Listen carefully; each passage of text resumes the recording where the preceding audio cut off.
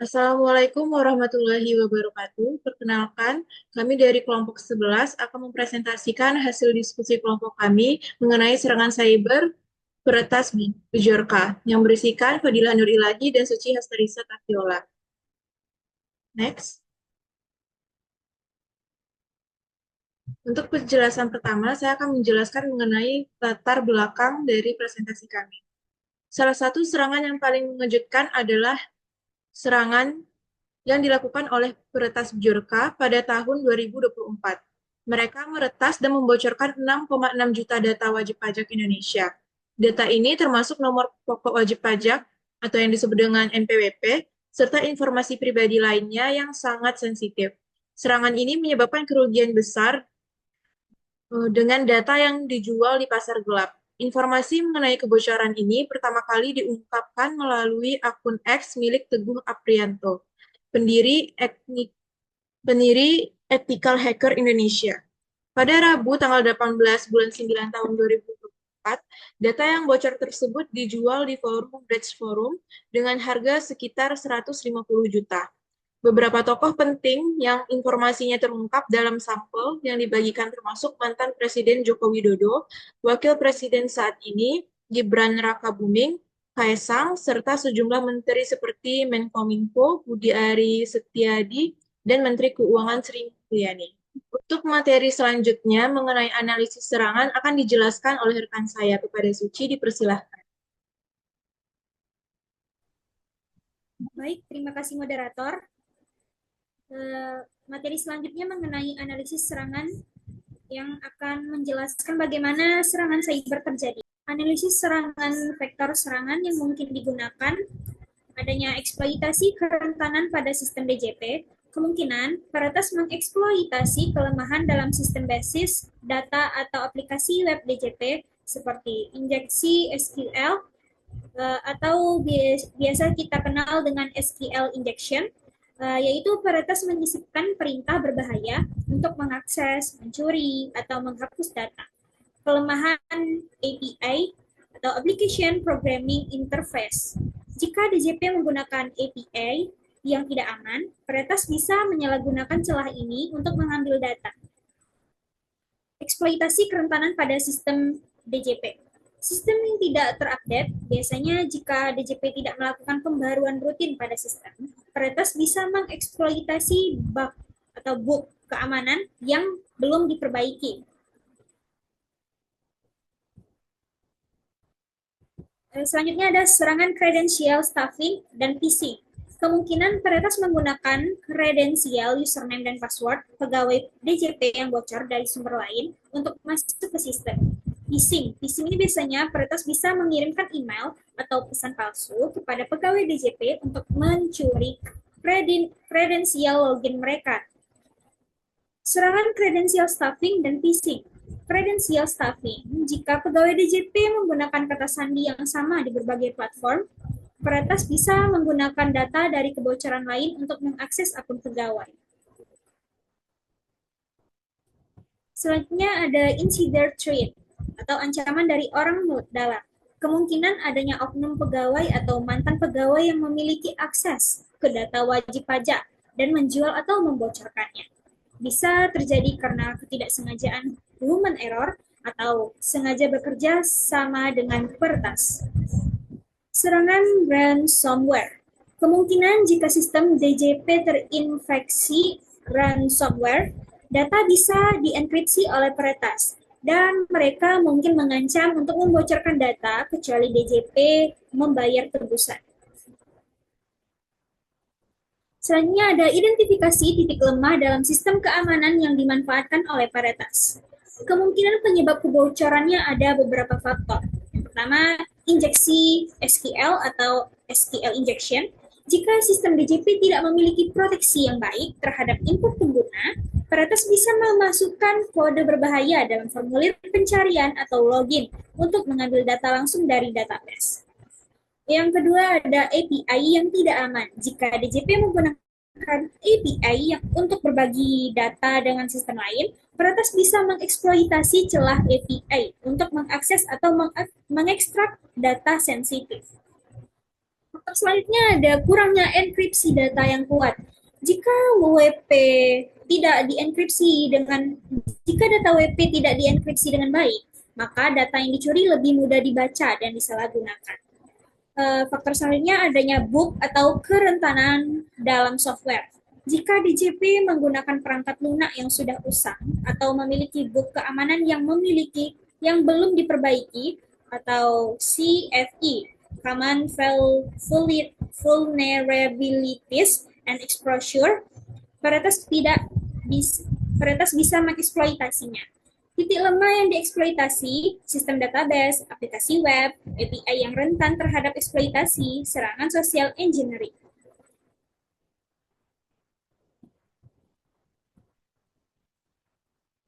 Ini apaan judulnya kagak baca? Tutup kepala. Selanjutnya, jelaskan dampak yang ditimbulkan dari serangan ini terhadap operasional bisnis dan kepercayaan nasabah. Adanya gangguan pada layanan dan operasional sistem pajak. Kemungkinan dampaknya adanya penurunan kinerja sistem DJP.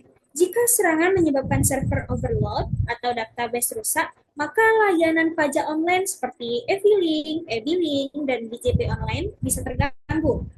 Yang kedua, adanya peningkatan beban IT. Tim IT DJP harus bekerja ekstra keras untuk memperbaiki sistem, menyelidiki kebocoran, dan memperkuat keamanan yang bisa menghambat operasional normal, proses pelaporan dan pembayaran pajak oleh wajib pajak. Gangguan pada layanan dan operasional sistem pajak, selanjutnya adanya kehilangan atau manipulasi data pajak. Jika data yang bocor telah diubah oleh atau dihapus, maka DJP bisa kehilangan catatan penting mengenai pajak yang telah dibayar atau yang harus ditagih. Akibatnya, bisa menyebabkan keterlambatan dan pembayaran pajak oleh wajib pajak. Selanjutnya adanya menurunnya kepercayaan wajib pajak terhadap keamanan data. Kemungkinan dampak wajib pajak takut data mereka bocor lagi, karena banyak wajib pajak bisa merasa ragu dan takut jika data mereka akan terus terekspos di internet. Kedua, ketidakpercayaan terhadap DJP sebagai pengelola pajak. Jika sistem DJP dianggap tidak aman, wajib pajak bisa mulai mempertanyakan apakah pemerintah benar-benar mampu melindungi data mereka. Selanjutnya, adanya dampak pada kepatuhan pajak. Jika kepercayaan terhadap DJP menurun, bisa memicu peningkatan penghindaran pajak karena wajib pajak merasa tidak mendapatkan keamanan dan perlindungan yang seharusnya. Akibatnya, bisa berdampak pada penurunan tingkat kepatuhan pajak dan potensi berkurangnya penerimaan negara. Selanjutnya ada strategi pencegahan dan mitigasi. Buat rekomendasi tindakan preventif untuk menghindari serangan serupa. Untuk menghindari serangan serupa DJP, perlu mengambil 5 langkah strategis utama. Yang pertama, kita harus meningkatkan keamanan infrastruktur IT dengan enkripsi, firewall, dan keamanan API. Yang kedua, memperketat sistem autentikasi dan akses dengan MFA, password yang kuat, dan monitoring user. Yang ketiga, menggunakan sistem deteksi dan respons cepat terhadap ancaman seperti AI, IDPS, dan penetration testing. Yang keempat, meningkatkan kesadaran keamanan di kalangan pegawai dan wajib pajak melalui pelatihan dan simulasi serangan. Dan yang terakhir ada mengadopsi kebijakan keamanan data yang lebih ketat dan pembatasan akses DLP dan berencana disaster recovery.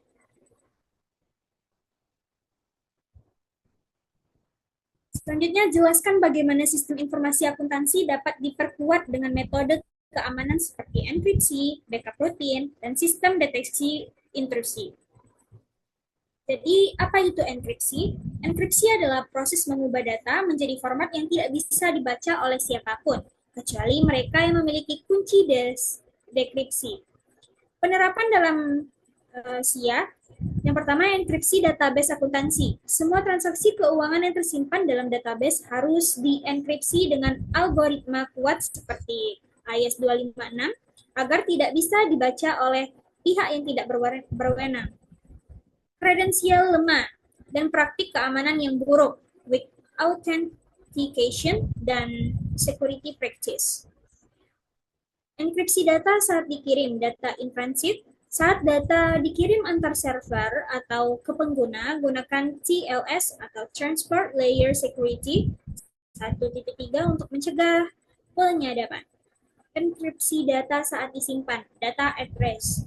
File laporan keuangan yang tersimpan di server atau perangkat harus dienkripsi untuk mencegah pencurian data.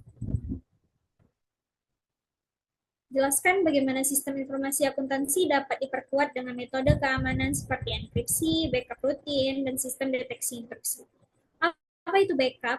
Backup adalah proses membuat salinan data cadangan agar dapat dipulihkan jika terjadi kegagalan sistem atau serangan cyber seperti ransomware. Penerapan dalam backup otomatis harian bisa menjadwalkan backup otomatis setiap hari untuk memastikan semua transaksi terbaru tersimpan. Baik, selanjutnya saya serahkan kepada moderator. Baiklah, saya akan melanjutkan materi selanjutnya mengenai kredensial lemah dan praktik keamanan yang buruk, atau weak authentication dan security practice. Menggunakan metode 3-2-1. Yang pertama, simpan 3 salinan data, 1 utama, 2 data cadangan. Gunakan 2 media penyimpanan berbeda, offsite atau offline, untuk perlindungan dari ransomware. Penerapan cloud backup, yaitu menggunakan layanan cloud terenkripsi untuk menyimpan backup data akuntansi dengan keamanan tinggi. Next. Selanjutnya ada strategi pencegahan dan mitigasi. Apa itu IDS atau IPS? IDS merupakan instruksi detection system yang berfungsi untuk mendeteksi aktivitas mencurigakan dalam jaringan. Sedangkan IPS merupakan instruksi prevention system untuk mencegah dan memblokir serangan sebelum terjadi. Penerapan dalam sistem informasi akuntansi dengan menggunakan IDS berbasis AI, sistem yang dapat menganalisis pola lalu lintas jaringan dan mendeteksi aktivitas tidak normal, seperti upaya akses ilegal ke laporan keuangan. Kredensial lemah dan praktik keamanan. Dengan menerapkan IPS untuk memblokir serangan secara otomatis, jika ada aktivitas yang mencurigakan, sistem dapat langsung memutus koneksi atau memblokir alamat IP peretas, dan juga menggunakan IDS atau IPS dengan security untuk mengidentifikasi dan merespon ancaman lebih cepat dengan analisis yang real time. Next. Selanjutnya mengenai deteksi dan analisis insiden. Yang pertama, mengidentifikasi jenis serangan, apakah ini ransomware, atau SQL injection, atau serangan lainnya. Selanjutnya, setelah mengidentifikasi, kita akan menelusuri titik masuk serangan, apakah melalui phishing, eksploitasi celah keamanan, atau akses yang tidak sah. Kemudian memeriksa sistem yang terpengaruh, apakah hanya sebagian database yang terkena atau seluruh sistem yang lumpuh, sehingga menghasilkan output berupa laporan awal mengenai skala serangan dan potensi serta dampaknya. Next. Berikut adalah beberapa langkah-langkah untuk menghentikan serangan agar tidak menyebar lebih luas. Pertama, memutuskan jaringan yang terinfeksi. Server yang terkena serangan diisolasi dari sistem utama. Selanjutnya, menonaktifkan akun yang dicurigai. Jika ada akun pengguna yang diduga menjadi pintu masuk peretas, maka dinonaktifkan. Selanjutnya, menonaktifkan layanan sementara. Jika perlu, layanan perpajakan online bisa dihentikan sementara untuk mencegah eksploitasi lebih lanjut, sehingga menghasilkan output serangan berhasil dibatasi agar tidak menyebar ke sistem yang lainnya.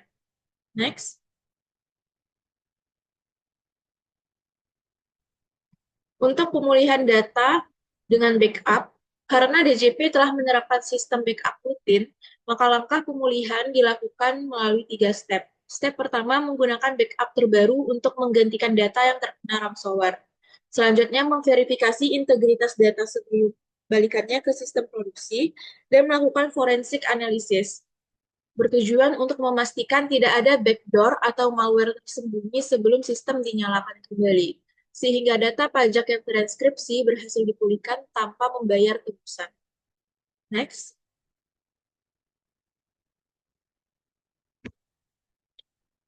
Komunikasi krisis kepada wajib pajak.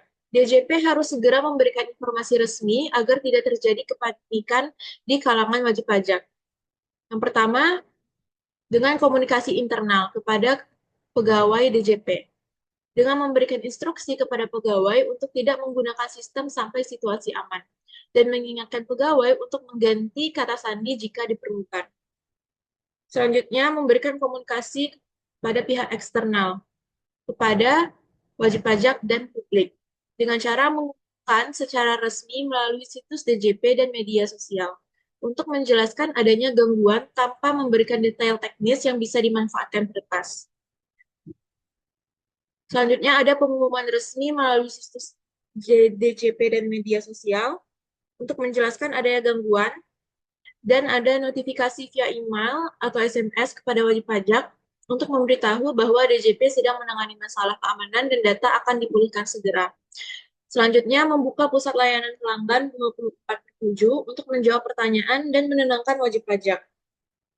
Sehingga output yang diharapkan adalah wajib pajak tetap percaya dan tidak panik akibat serangan. Next.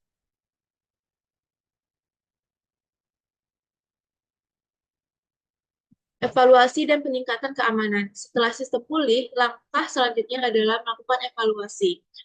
Pertama, ada audit keamanan menyeluruh, yang berguna untuk menutup celah keamanan yang digunakan peretas.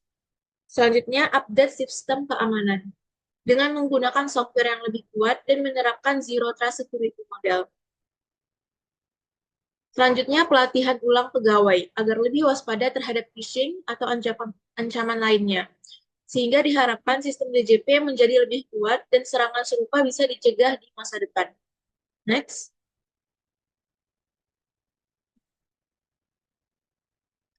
Implementasi teknologi keamanan.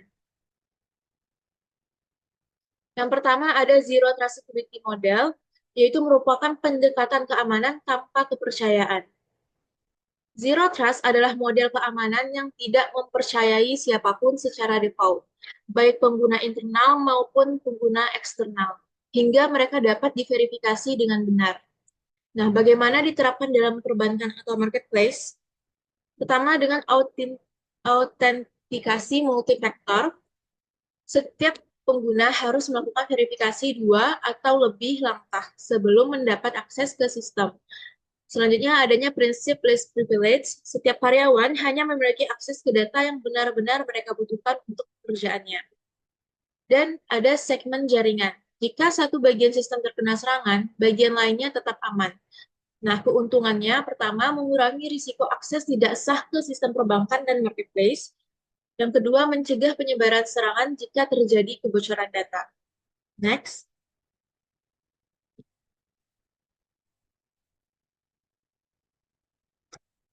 Ada artificial intelligence atau AI, yang mana teknologi AI dan machine learning dapat digunakan untuk menganalisis pola aktivitas pengguna dan mendeteksi anomali yang mencurigakan sebelum serangan terjadi. Penerapannya di dalam perbankan dan marketplace adalah AI dapat memonitor transaksi dan mengidentifikasi aktivitas mencurigakan dalam sistem pembayaran online. AI dapat mengenali pola login yang tidak biasa dan memblokir akses yang mencurigakan. Sistem bisa secara otomatis mengunci akun atau memblokir IP jika ada indikasi serangan. Keuntungannya, yang pertama, dapat mendeteksi ancaman secara real-time sebelum terjadi kerusakan dan mengurangi risiko pencurian akun dan penipuan transaksi dalam marketplace. Next.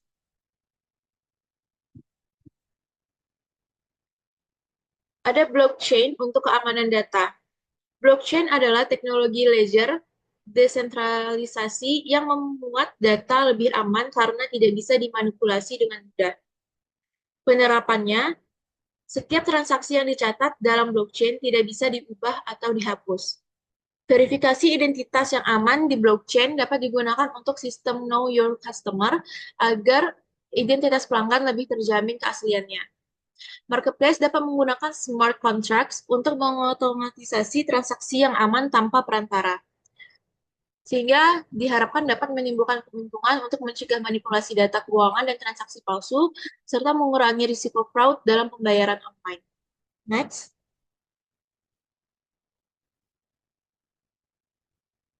Berikut adalah referensi dari laporan keamanan cyber mengenai jurnal akademik atau berita terpercaya.